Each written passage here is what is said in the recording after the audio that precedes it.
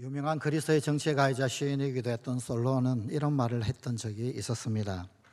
사람들은 약속을 어기지 않는 것이 양자에게 다 같이 유리할 때 약속을 지킨다. 이익이 있으니까 상호간에 약속이 이루어지고 지켜지더라, 그런 이야기입니다. 어느 한쪽이라도 이익이 없으면 약속이 지켜지지 않더라는 것입니다. 영국의 극작가이자 시인이기도 했던 셰익스피어 역시 마찬가지 이런 말을 했습니다. 사람의 서약은 빵껍질이다. 서약을 빵껍질이다. 먹을 게 있으면 지켜지겠지만 껍질밖에 남지 않을 때는 또한 헌신처럼 내버려지더라는 것입니다. 이런 말들은 우리 인간 세계에 진실한 약속, 진실한 신뢰 이런 것들이 없더라. 오히려 약속이나 신뢰를 사람들은 더 잘 깨뜨리더라 라고 하는 것을 들려주는 그런 말이기도 합니다. 실제로 우리나라 역사 가운데서 신뢰가 없어서 약속을 제대로 지키지 못하여서 참 낭패를 본 사람이 있었습니다. 조선시대 정조시대지요. 호조 판서의 벼슬을 지내었던 정홍순이라고 하는 사람이 있었습니다. 이 사람이 과거에 급제하기 이전, 그러니까 정조 이전에 영조시대 때였겠죠. 이 동구릉에 임금 행차가 있어서 구경을 갔었습니다. 그런데 갑자기 비가 내렸습니다. 장마철이라 이 정홍수는 우립을 이미 준비를 해 갔습니다. 그런데 이 갈모 2개를 가지고 다녔습니다. 갈모라고 하는 것은 비가 올 때 쓰는 갓 위에 꽃갈콘처럼 이렇게 덮어서는 비를 피할 수 있는 그런 어떤 모자를 갈모라고 하는데, 이 갈모를 늘 2개를 들고 다녔다고 합니다. 이유는 부모님이 그렇게 가르쳤기 때문이라고 합니다. 비 오는 날 우리 없는 다른 사람을 위하여서 이왕 쓰고 가는 거 하나 더 쓰고 가라고, 그래서 그 말을 들어서 2개를 늘 가지고 다녔다고 합니다.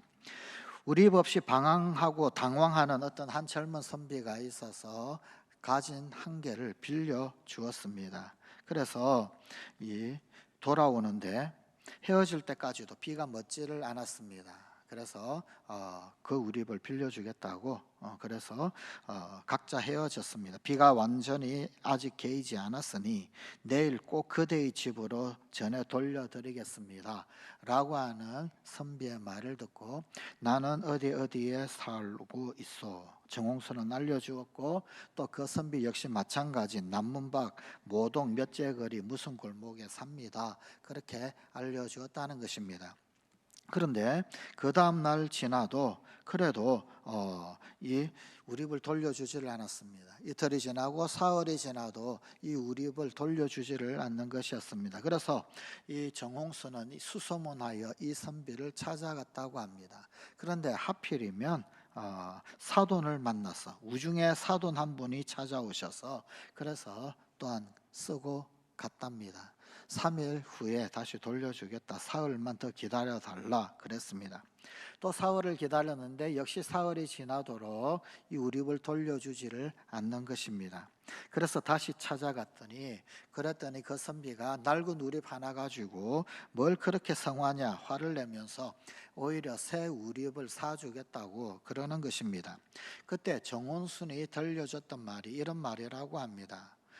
나는 내가 돌려받고 싶은 것은 우립이 아니라 신뢰요 라고 이야기했다는 것입니다. 정홍수는 사실은 신뢰를 돌려받고 싶었더라. 신의를 돌려받고 싶었던 겁니다. 결국은 이 정홍수는 백리길 사돈 집까지 찾아가서 결국은 이 우립을 찾아왔다고 합니다. 그로부터 20년이 지나고 났습니다.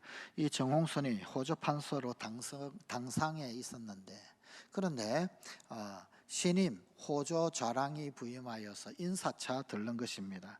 그런데 가만히 보니까 어디선가 본 듯한 얼굴이더랍니다. 기억을 더듬어 보니까 20년 전에 우립을 빌려갔던 바로 그 선비였었습니다. 그대가 옛날 정조 임금님께서 동구릉에 거동하였을 때 내 갈모를 빌려갔었는데 기억이 나지 않는가? 그랬더니 그 사람이 잠깐 생각하다가 네 맞습니다. 그런 일이 있었습니다. 대답을 하더라는 거예요. 정홍수는 이렇게 이야기를 했다고 합니다. 남의 갈모를 돌려주지 않았으니 신용이 없음을 가히 알 수 있는 터라. 어찌 국가의 중요한 재산을 맡아 관리할 수 있겠는가. 마땅히 사직서를 낼 마음을 먹는 것이 좋을 것이네. 이 우립 하나 때문에 졸지에 사직서를 내게 생겼습니다. 그도 그럴 것이 호조라고 하면 조선시대 나라의 재정을 담당하던 기관, 특별히 이 호조 판서를 지낸 인물들 대략 평균 임기는 1년 정도밖에 되지를 않았다고 합니다. 뭐 재정 문제가 달려 있으니 그럴 수 있었겠죠. 그런데 이 정홍수는 무려 10년 동안이나 호조 판서를 했던 인물, 그러니까 참 신뢰할 만하고 믿을 만한 그런 인물이었던 것 같습니다. 그런데 그런 사람한테 이 호조 자랑이 왔으니, 그러니 어떻게 배길 수가 있었겠습니까? 약속을 어긴 것이 벼슬자리까지 내놓게 되는 그런 결과를 낳게 되었더라라는 것입니다. 신뢰라고 하는 것, 신용이라고 하는 것, 약속이라고 하는 것 참 중요합니다. 하지만 실제로 약속을 그렇게 잘 지켜나가는 사람이 별로 없는 듯합니다. 아니, 사람들은 쉽게 약속을 잊어버립니다. 하지만 우리 하나님은 약속을 잊지 않으시는 분이십니다.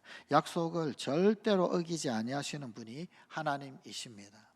오늘 우리에게 주시는 하나님의 말씀은 하나님께서 우리에게 주시는 약속 한 가지를 소개하고 있습니다. 하나님께 범죄했던 유대 백성들, 그들은 결국은 바벨론 포로가 될 것입니다. 하지만 하나님은 포로된 그 유대 백성들을 향하여서 전심으로 나를 찾아라, 그러면 만날 것이고 포로된 중에서도 다시금 돌아오게 될 것이다 라고 말씀하셨습니다. 그리고 이것은 또한 약속이기도 했습니다. 그리고 이 약속은 범죄한 유대 백성들을 향한 하나님의 진정한 본심이었습니다. 하나님의 본심은 바빌론 포로로 끌려가서 멸망당하고 없어져 버리고 사라져 버리는 것, 그래서 유대가 완전히 망하는 것, 이것이 하나님의 본심이 아니었습니다. 하나님의 진정한 본심은 그들이 회개하고 돌이키고 순수한 마음을 되찾고 그래하여서 우상이 아니라 하나님을 경외하고 하나님을 찾고 그렇게 되어서 하나님께로부터 다시 회복을 선언받는 것. 그래서 하나님은 이 유대 백성들이 돌아올 수 있도록 하시는 것, 그게 하나님의 본심이었습니다. 그들이 회개한다면, 그들이 진정한 마음으로 하나님을 찾는다라고 한다면, 그러면 하나님께서는 회복시켜 주실 준비가 되어 있으신 그런 분이셨습니다. 그리고 이것은 오늘날 여전히 우리들에게도 동일하게 주시는 약속이기도 합니다. 사람은 본래 그 무엇인가를 추구하는 존재입니다. 어떤 욕구, 욕망이 있어서 그 욕구를 충족시켜야 하고, 어떤 빈 공간이 있어서 그 빈 공간을 채워야 하는 무엇인가를 추구하는 그런 존재가 사람입니다. 인간입니다. 그렇다라고 한다면 사람이 제일 많이 추구하는 것, 그게 도대체 뭘까요? 뭘 가장 많이 원하는 것일까요? 어쩌면 아마도 재물이 아닐까요? 분명 사람들은 물질적인 풍요를 추구를 합니다. 그런데 가장 물질 중심적인 그런 어떤 세계를 이루고 있는 나라, 그러면 보통 우리가 미국을 많이 생각을 하고 연상을 하는데, 그런데 이 미국과 같이 부유한 이 나라, 특별히 이 21세기에 희한하게도 이상하게도 이 소위 점쟁이라고 하지요. 뭐 점성술이나 혹은 아니면은 뭐 미신 뭐 이런 것들, 하여튼 점쟁이들을 찾아가는 그 퍼센테이지가 더 높아졌다고 그래요. 뭐 코로나 팬데믹 때문에 불안해서 그랬는지 어쨌는지 잘 모르겠습니다. 이게 정확한 수치인지는 잘 모르겠지만 1년에 점쟁이에게 갖다 바치는 금액이 1,200억 달러라고 합니다. 그 이상이라고 합니다. 참 아이러니 아닙니까? 가장 물질 중심적인 그런 어떤 세계를 구축하고 있는 그런 어떤 사람들, 그런데 가장 물질 중심적인 세계에서 가장 비물질적인 그런 것, 점쟁이를 찾아간다? 이런 행태는 도대체 무엇을 말해주는 것일까요? 그들이 물질적으로는 풍요로운 어떤 그런 세상에서 살아가고 있을는지는 모르겠지만, 그러나 그럼에도 불구하고 허하더라는 겁니다. 그게 전부 다가 아니더라는 겁니다. 그게 만족이 없더라는 겁니다. 그게 오히려 불안이 있더라는 겁니다. 그러니 오히려 점쟁이들을 더 찾아가고 있더라라는 것입니다. 이 참 아이러니 아닙니까? 또 사람들은 정치적인 자유를 찾습니다. 뭐 인류 역사가 어쩌면은 자유 쟁취를 위한 그런 어떤 투쟁의 역사일런지도 모르겠습니다. 하여간 뭐 진영 여하를 막론하고 누구든지 자유를 최상의 가치라고 생각을 합니다. 심지어 경제 체제 자체도 다름에도 불구하고 뭐 그것이 자본주의든 사회주의든 뭐든 간에 좌우지간 하여간 이 자유라고 하는 것은 최상의 가치를 이루고 있는 그런 것입니다. 그런데 참 이상한 것은 뭐냐면 자유를 내세우면 내세울수록 이상하게도 혼란만이 더 쌓이는 것, 이것을 목격하고 있는 것, 그것이 오늘날 우리가 살고 있는 이 시대가 아닙니까? 최상의 가치인 자유를 추구하는데, 그런데 오히려 상태가 더 나빠지는 경우, 더 혼란이 있게 되어지는 경우, 그런 경우가 참 허다한 것이 실제 우리가 목격하고 있는 바가 아닙니까? 참 이상하지 않습니까? 여러분, 사람들은 또한 과학이 발달하면 할수록, 의학이 발달하면 할수록 그러면은요, 우리의 어떤 만족이 갖추어지는 듯이 그렇게 생각을 합니다. 어떤 필요가 더 채워질 것이고 더 만족스럽게 될 것이다. 근데 정말 그러느냐? 사실은 그렇지가 않더라라는 겁니다. 희한한 게 과학이 발달하면 발달할수록 기가 막힌 살상무기를 만들어내더라는 겁니다. 뿐만 아니라 치료 불가능한 듣도 보도 못한 그런 질병들이 의학이 발달할수록 더 많이 발견이 되어지는 이런 아이러니는 도대체 어떻게 해결을 할 수가 있을까요? 사실상 우리 사람들이 뭔가를 추구한다라고 하는 것, 그것에는 결과적으로 오히려 문제를 더더욱 악화시키는 그러한 경향들이 있더라는 것입니다. 결국 인간이 세상의 그 무엇인가를 추구를 한다. 그리고 그 어떤 빈 공간을 채우기 위해 노력을 하고 애쓰고 만족을 구한다라고 하는 것. 그런데 그럼에도 불구하고 결국 만족할 수 없는, 결코 만족을 얻거나 완전한 해결을 얻을 수 없는 그런 존재가 사실은 우리 인간들이 처해져 있는 실존이더라라고 하는 것입니다. 사실 우리 인간의 역사를 실제적으로 보면 어떤 문제 해결을 위해서 참으로 무수히도 시도를 합니다. 하지만 완전한 해결을 본 적은 단 한 번도 없습니다. 예를 들어 극도로 이성이 발전되어졌던 18세기, 그 18세기 이후에 사람들은 우리 인간 이성의 발달이 유토피아를 가져올 것이다 라고 생각하며 꿈꾸었습니다. 그래서 19세기를 맞이하면서 주요 우리 사상적 사조가 뭐냐면 유토피아였었어요. 천국과 같은, 낙원과 같은 그런 세상을 인간이 만들어낼 줄 알았습니다. 그러나 역사적으로 토마스 모어의 유토피아는 결코 찾아오지 않았습니다. 반대로 유토피아를 꿈꾸며 시도했던 그것에 대하여서 공산주의라고 하는 참 희한한 이상한 괴물이 오히려 등장을 했더라라는 것입니다. 이렇듯이 우리 인간이 그 어떤 완전함을 충족하고자 하는 이 세계 안에는 분명한 한계가 있습니다. 왜 그럴까요? 우리가 불완전한 존재이기 때문에 그렇습니다. 인간은 원래 불완전한 존재입니다. 인간이라고 했을 때 한자로 사익간자를 쓰지요. 이 이야기는 무슨 이야기냐면 인간은 의존적 존재더라라는 것입니다. 혼자서 독립적으로 존재할 수 있는 그런 자가 아니더라는 겁니다. 인간은 결코 완벽한 존재가 아니더라라는 것입니다. 그렇다라고 한다면 그 무엇인가를 끊임없이 추구하는 존재인 그런 우리 인간이 어떻게 하면 참 만족을 누릴 수 있습니까? 어떻게 해야 문제의 해결을 받을 수가 있습니까? 그렇습니다. 진정한 문제 해결자이신 절대자를 찾아야 합니다.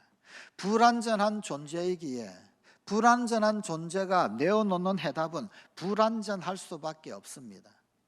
그런데 불완전하기 때문에 완전을 찾아서 끊임없이 욕구가 발동하고 그 무엇인가를 찾는 것이지요. 그것 자체가 이미 모순적 상황입니다. 불완전한 존재가 완전을 찾아서 헤매이고 있는 그것 자체가 이미 모순적 현상입니다.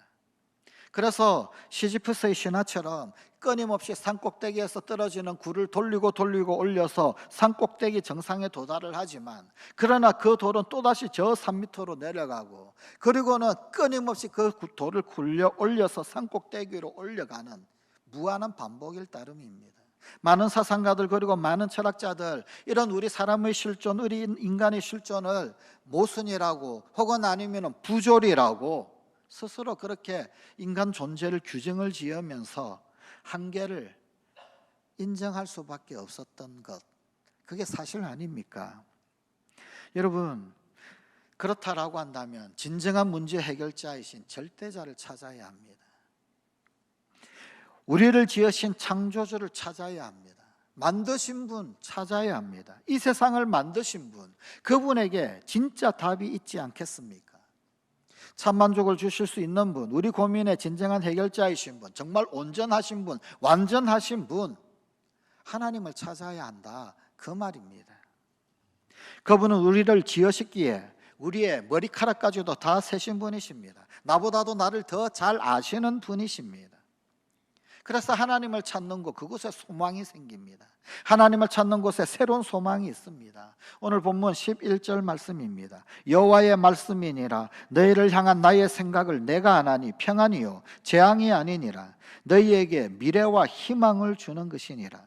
하나님을 찾는 그곳에는 재앙이 아니라 평안이 있다라고 말씀하십니다. 하나님 있는 그곳에 불안이 아니라 평안이 있습니다. 하나님 있는 그곳에 희망이 있게 됩니다. 또 잠언 10장 22절의 말씀입니다. 여호와께서 주시는 복은 사람을 부하게 하고 근심을 겸하여 주지 아니하시느니라. 우리가 끊임없이 부를 축적을 했는데 그런데 근심이라고 하는 것이 함께 따라오더란 말입니다. 왜요? 불안전하니까 그런 겁니다. 불안전한 존재가 열심히 채우고 채웠으니 결국은 불안전할 수밖에 없는 거죠. 그런데 하나님 주시는 것은 어떤 것이라고요? 근심을 겸하여 주지 아니하신다. 사람이 세상에 그 무엇을 추구하면 결국은 재난이 따르지만, 그러나 하나님을 찾는 곳에는 근심을 동반하지 않는 축복, 그런 축복을 주시리라 지금 말씀하고 있는 것입니다. 그렇습니다. 그래서 우리는 하나님 주시는 복록으로 살아가야 할 존재입니다. 그러므로 우리는 나 자신에게 그 어떤 문제가 있든 혹은 아니면 어떤 해결해야 할 부분 혹은 부족 부분이 있든 간에 하나님을 찾아야 합니다. 거기에 완전한 해결책이 있습니다. 완전하신 분, 이 세상을 만드신 분, 나를 지으시고 우리를 지으신 분, 그분께 해답이 있지 않겠습니까? 미국의 이 자동차 왕으로 불리웠던 헨리 포드, 그가 겪었던 일화입니다. 그가 공장을 경영을 하는데 하루는 발전기가 고장이 나버렸습니다. 그러니 공장 전체가 그만 스톱이 되어져 버렸습니다. 그러다 보니까 공장 손해가 점점점 커졌습니다. 이 사람 저 사람 수리공 불렀는데 해결이 안 됩니다. 결국은 이 헨리 포드가 이 발전기를 만들어서 공장에 제작 설치했던 찰리 슈타인메츠라고 하는 굉장히 유명한 발전기 만든 사람이 있는데 그를 결국은 데려왔어요. 초빙했습니다. 이 스타인메츠가 몇 시간 동안 이리저리 돌아봅니다. 여기저기 돌아보면서 그러면서 한 일이라고는 뭐냐면은 가끔 모터를 여기저기 두드리고 스위치를 켰다 껐다 하고 그러고는 망치 가지고 여기저기 뚱뚱뚱뚱 치면서 그러면서 막 돌아다닌 것이었습니다. 그런데 한참 조금 그렇게 하고 난 다음에 스위치를 켜니까 발전기가 정상적으로 가동이 되는 것입니다. 결국 공장 가동을 할 수 있게 되었습니다. 며칠 이후에 청구서가 날아왔는데, 그런데 그 청구서에 무려 $10,000, 그 당시 $10,000, 지금도 큰 돈이지만 그때는 어마어마하게 큰 돈이었죠.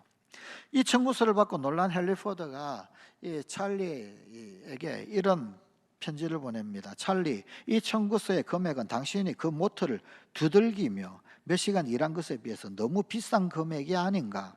명세서를 보내주게.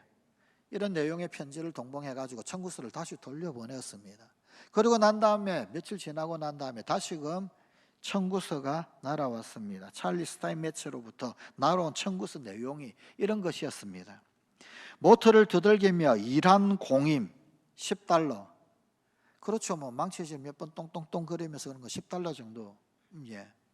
그런데 그 다음에 보니까 어디를 두들겨야 할지를 알아낸 것 $9,990. 합계 $10,000. 그런데 한 번 더 생각해 보십시다. $9,990가 과한 것일까요? 헨리 포드는 고개를 끄덕였답니다. 맞다, 옳다. 그리고는 두말 없이 $10,000를 그냥 보냈다고 합니다. 발전기를 만들었던 찰리 스타인미처만큼 그 발전기를 잘 아는 사람이 누가 있겠습니까? 여러분, 잘 모르는 사람이 망치를 들고 이리저리 두들기고 100시간을 두들기고 아니 100년을 두들기고 라고 한다고 해서 그 고장난 발전기가 돌아가지 않을 것입니다. 아니, 잘 모르는 자가 망치를 두들긴다면 망치를 두드리면 두드릴수록 오히려 더더욱 고장이 심해질 것입니다. 하나님께서는 우리를 만드신 분이십니다. 하나님만이 우리의 삶을 조정하시고 관리하는 방법을 온전히 제대로 아시는 분이십니다. 하나님만이 우리의 필요를 온전하게 아시는 분이십니다. 만일 우리들에게 그리스도가 계시지 않는다라고 한다면 우리의 삶에 이상이 생겨도 그것을 알 수도 없고 진단도 할 수 없고 또한 그것을 고칠 수도 없을 것입니다. 창조주이신 주님이 관리하실 때 모든 것이 순조롭습니다. 만드신 그분이 가장 정확하게 압니다. 가장 정확하게 진단하십니다. 가장 정확하게 고치십니다. 주님이 계시지 않으면 우리의 시도, 우리의 해결책은 결국은 그저 헤매고 있는 것일 뿐입니다. 아니 어쩌면 오히려 잘못된 진단으로 말미암아 더 큰 문제만 만들어낼 뿐입니다. 하나님을 찾으면 포로된 것에서 자유가 있습니다. 본문 14절입니다. 이것은 여호와의 말씀이니라. 나는 너희들을 만날 것이며 너희들을 포로된 중에서 다시 돌아오게 하되 내가 쫓아보내었던 나라들과 모든 곳에서 모아 사로잡혀 떠났던 그곳으로 돌아오게 하리라. 이것은 여호와의 말씀이니라. 이 세상의 누구든지 하나님을 만나 그분에게 속하지 아니한다면 그는 그 무엇인가 사로잡혀 있습니다. 그 무엇인가 포로가 되어져 있습니다. 세상 걱정에, 근심에, 시기에, 질투에, 분노에 이런 심리적인 것 그것뿐만 아니라 때로는 돈에 혹은 아니면 권력에 혹은 아니면 명예에 혹은 아니면 지식에 끊임없이 갈구하면서 메어 달리는 그것 자체가 포로되어 있는 것입니다. 이런 것을 일컬어서 전문가들은 중독의 시대라고 하는 말을 사용하고 있기도 합니다. 오늘날 우리가 살아가고 있는 이 시대는 그 무엇인가 중독되어져 있는 그런 시절을 우리가 살아가고 있다는 겁니다. 그게 돈이든 명예든 뭐든 간에 게임에 중독이 되었던 알코올에 중독이 되었던 요즘 현대인들은 유튜브 중독이 심각하다고 그래요. 하여간 그 무엇인가 매이는 그것, 바로 그것이 포로되는 것입니다. 사람은 결코 독립적으로 존재하지 않습니다. 인간이라고 그랬잖아요. 홀로 있는 존재, 그는 동물과 다를 바가 없습니다. 그래서 인간은 사회적 존재입니다. 의존적 존재라는 그런 말입니다. 그 무엇과 관계성 가운데 있다라고 하는 것은 그래서 반드시 그 무엇인가를 의존하게 되어져 있더라라는 겁니다. 신학자 벌코프는 이런 이야기를 했습니다. 인간은 지독히 병적으로 종교적인 존재이다. 무슨 말이냐면 우리에게는 하나님만이 채우실 수 있는 공간이 있다란 말입니다. 이 하나님만이 채우실 수 있는 이 공간을 자꾸만 다른 것으로 채우는 거예요. 돈으로 채우는 겁니다. 힘으로 채우는 겁니다. 명예로 채우는 겁니다. 지식으로 채우는 겁니다. 잠깐 채워지는 듯이 착각을 일으킵니다. 그러나 그 공간은 하나님만이 채우실 수 있는 공간입니다. 하나님으로 채우지 못하니 결국은 허하게 되더란 말입니다. 허합니다. 결국은 비어버립니다. 결국은 허무합니다. 만족스럽지 못합니다. 하나님이 왜 만물을 충만케 하시는 이의 충만이라는 별명을 가지고 계실까요? 만물을 충만하게 하시는 이의 충만, 하나님만이 가득 채우실 수 있습니다. 하나님 외에는 그 어떤 것으로도 채워지지가 않습니다.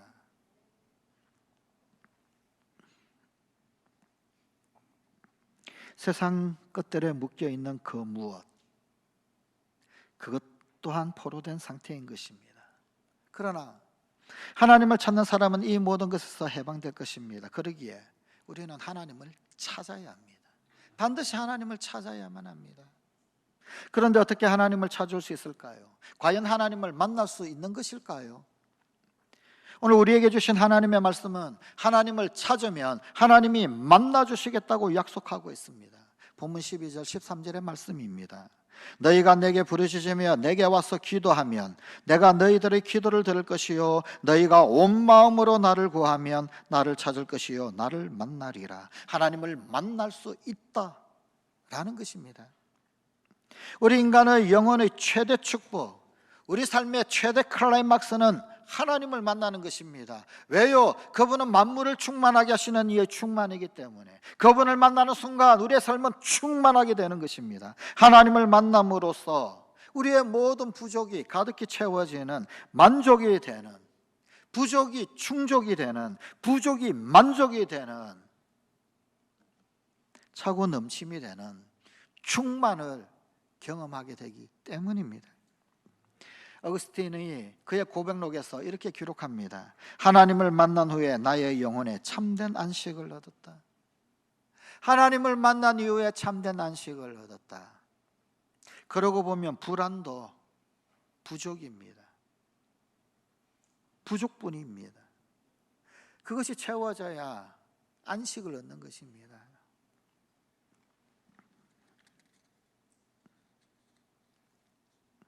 하나님을 만난 사람은 이 세상과 그리고 오는 세상 가운데서 영원한 만족, 기쁨을 얻을 것입니다.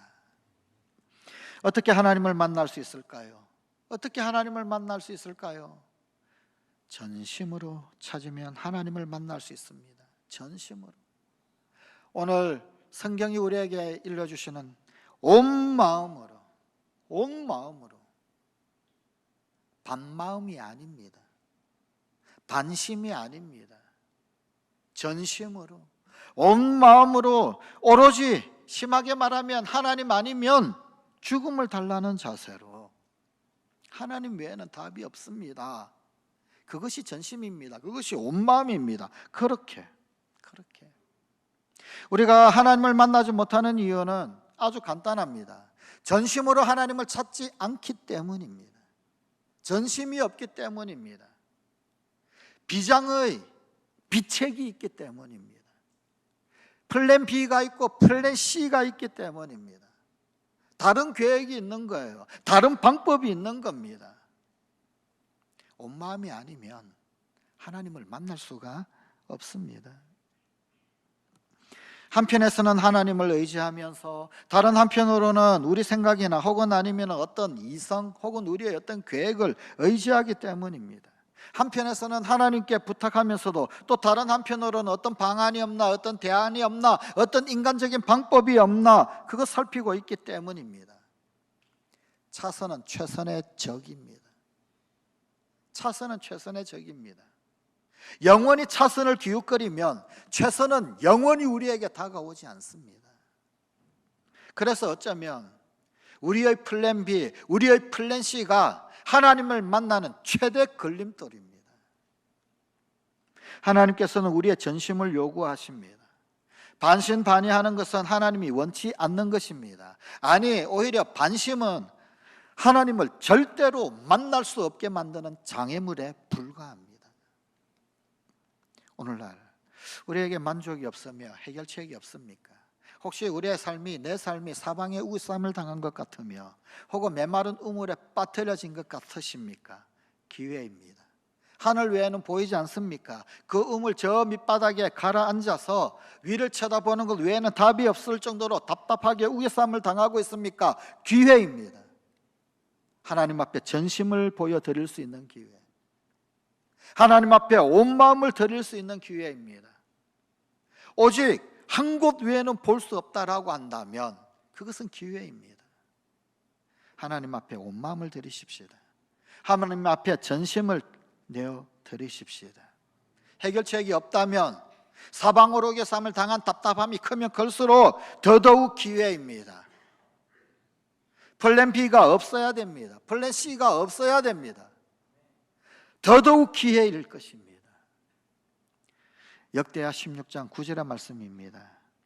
여호와의 눈은 온 땅을 두루 감찰하사 전심으로 자기에게 향하는 자들을 위하여 능력을 베푸시나니. 전심으로 하나님을 찾는 것이 우리에게 정말로 필요한 자세입니다. 혹자는 우스갯소리로 이런 이야기를 합디다. 하늘에 창고가 있는데 창고가 터져 나간대요. 왜 창고가 터져 나가냐? 하나님의 능력 재고가 쌓여서 터져 나간대요. 온 땅을 두루 감찰하시면서 전심으로 하나님 향하는 자를 살피고 보고 또 보고 계신데 무슨 뜻일까요? 그런 사람이 없더라는 겁니다. 그런 사람이 없더라는 겁니다. 하나님이 두 눈을 가지고 온 땅을 두루 살펴야 만날 수 있을 정도로 그렇게 찾고 찾아도 없더란 말입니다. 지금도 하나님의 눈은 이 땅을 감찰하고 계십니다. 누가 전심으로 하나님을 향하고 있는지 살피고 계십니다. 도대체 누가 나의 능력을 얻을 것인가? 누가 나의 능력을 가져갈 것인가? 준비하고 계신데, 그런데 그게 재고가 되어져 가지고 능력 재고가 그냥 하늘 창고에 쌓여 가지고 창고가 터져 나간다는 거예요. 물론 우스갯소리지만 그런 일을 범하지 마십시다. 하나님 시선에 드는 우리 성관가족이 되십시다. 주님께서 온 땅을 두루 감찰하시는데 아, 성관가족이구나, 주님 눈에 딱 띄는 그런 우리 성관가족이 되십시다. 하나님 신실하신 분이십니다. 하나님은 반드시 약속을 이루시는 분이십니다. 그분의 말씀, 그분의 약속은 결코 변개함이 없습니다. 오늘도 신실하신 그 하나님의 약속을 믿으며 전심으로 하나님을 찾는 우리 성관가족이 되십시다. 주님 부어주시는 능력으로, 주님 부어주시는 복록으로 일어서고 승리하는 우리 성관가족이 되십시다. 기도하시겠습니다. 아버지 하나님, 오늘도 온 땅을 두루 감찰하시며 살피시는 하나님의 시선, 그 하나님의 시선에 딱 들어오는 우리 사랑하는 성관가족들이 되게 하여 주시옵소서. 오늘도 우리 주님 앞에 반쪽짜리가 아니라 우리 주님 앞에 또 다른 그 어떤 대안을 몰래 숨겨놓은 것이 아니라 하나님 외에는 답이 없고 하나님 외에는 해결책이 없고 하나님 외에는 만족이 없음, 그런 우리 성관가족들이 다 되게 하시고 오늘도 이 땅 가운데서 주님 부어주시는 거룩한 능력으로, 주님 부어주시는 거룩한 복록으로 날마다 일어서는, 그리고 충만한 우리 성관가족들이 다 되게 하여 주시옵소서. 예수님 이름으로 기도드리옵나이다. 아멘.